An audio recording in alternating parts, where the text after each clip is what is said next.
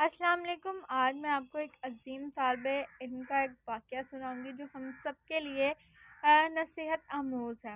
ایک مرتبہ حضرت قادری محمد صدیق صاحب باندھوی رحمۃ اللہ علیہ اشرفیہ کے اکابر بزرگوں میں سے گزر چکے ہیں۔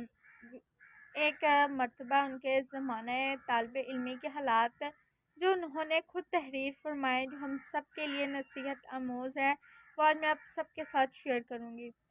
ایک مرتبہ حضرت قادری صاحب فرماتے ہیں کہ ان کے پورے زمانے طالب علمی میں 24 گھنٹے میں سے وہ 2 گھنٹے سے زائد نہیں سوتا تھا۔ سر میں شدید درد ہو جاتا تھا، اب بھی کبھی ہو جاتا ہے لیکن پہلے کی طرح نہیں ہوتا۔ سخت درد کی حالت میں سارا دن میں کام کرتا تھا، ایک عادت سی بن گئی تھی۔ فرمایا کہ پاکستان کے میرے ایک ساتھی تھے، ہم دونوں ایک کمرے میں رہا کرتے تھے۔ وہ بہت بڑے صوفی تھے۔ ایک کمرے میں رہنے کے باوجود بات چیت بالکل نہیں ہوتی تھی۔ وہ کسی سے ایسے جیسے انہیں کسی سے کچھ مطلب ہی نہ تھا، کسی کے پاس اتنا موقع ہی نہ تھا کہ ایک اپنے اپنے کام میں لگا ہوا تھا۔ اگر کبھی اتفاق سے کوئی بات ہو گئی تو ہو گئی، ورنہ وہ کسی سے بات نہیں کرتے تھے۔ فرمایا کہ میرے استاد مجھ پر بڑے شفیق اور مہربان تھے کہ میری پوری نہیں رکھتے تھے کہ میں کہاں جا رہا ہوں، راستے میں کہاں ٹھہرتا ہوں، کس سے بات کرتا ہوں۔ اگر ذرا سا شبہ ہوتا تو فوراً تحقیق فرماتے تھے۔ ایک مرتبہ سخت گرمی کے موسم میں بیٹھے میں لکھ رہا تھا کہ میرے ایک ساتھی نے ساتھ چلنے اور ٹہلنے کے لیے اصرار کیا کہ میں اس کے ساتھ چلوں، لیکن میں نے اسے انکار کرتا رہا، لیکن اس کے شدید اصرار کے بعد میں اس کے ساتھ چلنے کے لیے راضی ہو گیا۔ دوسرے وقت میرے استاد نے مجھے بلایا اور فرمایا کہ صدیق اس وقت کہاں جا رہے تھے؟ میں بہت گھبرا گیا اور میں نے انہیں صاف صاف عرض کر دیا کہ حضرت وہی پہلا دن اور وہی آخری دن ہے، میں خود نہیں جا رہا تھا، فلاں کے اصرار پر میں اس کے ساتھ جانے کے لیے رضامند ہوا تھا، لیکن آپ مجھے معاف کر دیجیے، میں آئندہ ایسی غلطی کبھی نہیں کروں گا۔ فرمایا تم بہت صدیق ہو، اسی لیے سچی سچی بات تم نے کہہ دی۔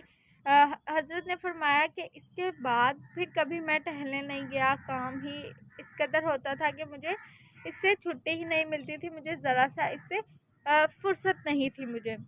تو حضرت قادری صدیق رحمۃ اللہ علیہ تحریر میں فرمایا کہ حضرت مولانا حافظ قادری عبدالعلیم صاحب حضرت مولانا قادری عبدالرحمن صاحب پانی پتی رحمۃ اللہ علیہ کے ان کے ذمے بہت اسباق تھے، لیکن جب بہرات نے ان سے سبا پڑھنے کے لیے درخواست کی تو انہوں نے فرمایا کہ میرے پاس وقت تو نہیں ہے، لیکن پھر بھی میں تمہارے لیے فرصت نکال لوں گا۔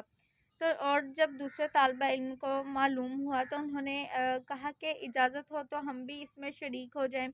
تو اس طرح ایک بڑی جماعت تیار ہو گئی اور حضرت بعد ظہر ہدایہ پڑھاتے تھے اور طلبہ اپنی اپنی مسجدوں میں نماز پڑھ کر آتے تھے، اور فرمایا جو صبح پڑھنے والے ہیں وہ میری مسجد میں نماز پڑھ لیا کریں، اور نماز کے فوراً بعد قرأت صبح کا سبق ہوگا، اور یہ وقت بڑی مشکل سے نکل سکتا تھا جب تک ہدایہ کے طلبہ جمع ہوں، اس وقت تک ہم لوگوں کا سبق ہوتا تھا۔